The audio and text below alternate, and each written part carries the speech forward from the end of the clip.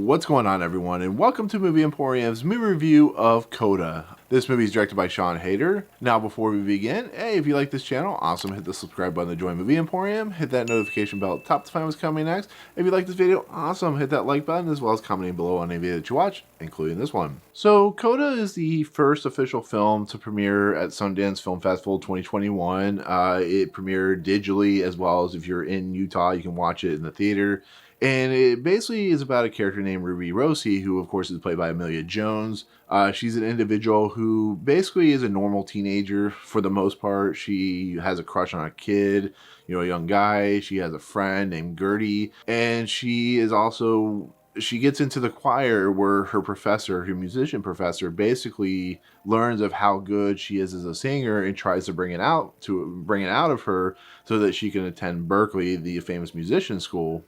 And so in the process of everything that's happening, there is a wrench that gets thrown into the mix of this movie, which is her parents and her brother, which are all actually deaf. They're hearing impaired. And in real life, they're actually hearing impaired actors and actresses and stuff like that. And so for her entire life, she has been basically supporting them, being their ears, trying to, she works on their fishing boat because the brother and father are fishermen. And she has basically been the person that's supporting them, but not making the money. She's just been somebody that's, talks to the people to basically allow them to have communication.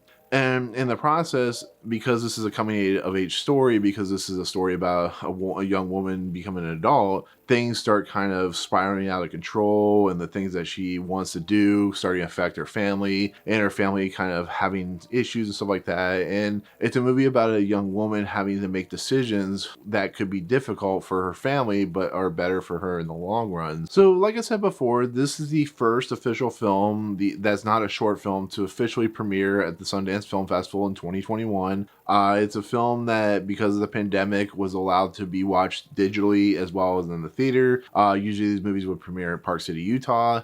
And so somebody like myself who finds it really hard to go to Utah and Sundance because of how expensive it is and the hotel rates and stuff like that, it gives me a chance to watch these films that are trying to find a distributor or trying to find an audience. And this is a perfect year because it gives the chance for these films to truly get some exposure through like YouTube reviews and stuff like that, and so on and so forth. So this movie Coda, like a lot of these films I'm going to end up watching and reviewing, I know nothing about. I only seen like small clips, I've seen pictures, but there's no trailers, there's no posters. It's just the movie being presented to the reviewers and the critics and the distributors. But this being the first official film that I've seen at Sundance, this movie has set a pretty high bar for what is going to come after it. And that's not necessarily saying that everything coming after is going to be terrible, but this movie is a movie that I truly think is one of my favorites of the year. It's fantastic in every emotional setting that it presents itself, whether it be poetic or humorous or sad or, touching or just anything that you can imagine a movie trying to do. This movie does in spades. The cast alone in this movie makes this movie truly special. Emilia Jones has the breakout performance of this movie for the simple fact of how much weight she has to carry on her shoulders. She's the one that has the center section of the story where everything is kind of falling on her, whether it be her family having to have her sign for them or having to, do the singing thing with her instructor. And just to see this girl just kind of be pulled at different ends and just coming to just like a complete fraying of a human being, it's pretty remarkable to watch. And she gives one of the best performances of the year just on that simple fact. And that's not even understating the fact that she's just really good in the movie by herself, and she does so many great things and gives so many great emotions, and so resonant with everything that she has to do. It's fantastic and it's amazing, and it's a really good performance from Emilia Jones. And that doesn't take away from the other cast. You have the instructor who's played by Eugenio Derbez, who plays Bernardo, and he's the individual who is very he pushes her, and he has a sense that she's really good at singing. He really has a lot of compassion for her, but he's also very strict. He's very he's willing to say what he feels, and he's willing to throw her out if she doesn't, commit to what she has to do. but he's also a guy that has a lot of emotional range and a lot of, emotional arc to his character that you can really see coming. But it's a lot of fun to see the two characters interact with one another, because he pushes her to push herself, to push past the fact that her family really needs her, but she needs to be her own person. And he's like that anchor point that she really needs as the story plays along. And it was such a great character, but he's not even like the best character in this movie, because like I said, you have Emilia Jones. And so you have the family, who are played by Tony Kotsur, who plays the father, Daniel Durant, who plays the brother, and you have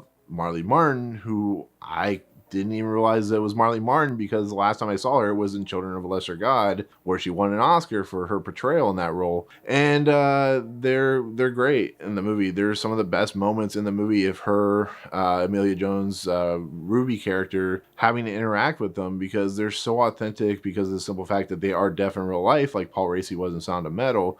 But to watch the kind of wall that they have between Ruby and themselves, having to interact with this world that, can hear them, and just like how they feel kind of shunned away because of the fact that none of them can, talk and hear and stuff like that. It's such an emotionally resonant performance from each single one of them, and they all have their single moment where it could be very, very funny, just in the simple fact of, Ruby ends up having a boyfriend in this movie, and the way they kind of interact with him is actually quite humorous, but kind of it's sad in a lot of ways, because they want to be normal parents, but they can't because of their what they have to deal with. But like I said, Daniel Durant's brother character has a lot of moments where he feels neglected, and he has to deal with a lot of stuff. And like I said, the mother, who like I said, is played by Marlee Martin, is giving one of the best performances of the movie, for the simple fact that she has to deal with the fact that her daughter wants to go away, and she's very terribly afraid because that she won't be able to connect with the outside world, because her daughter can't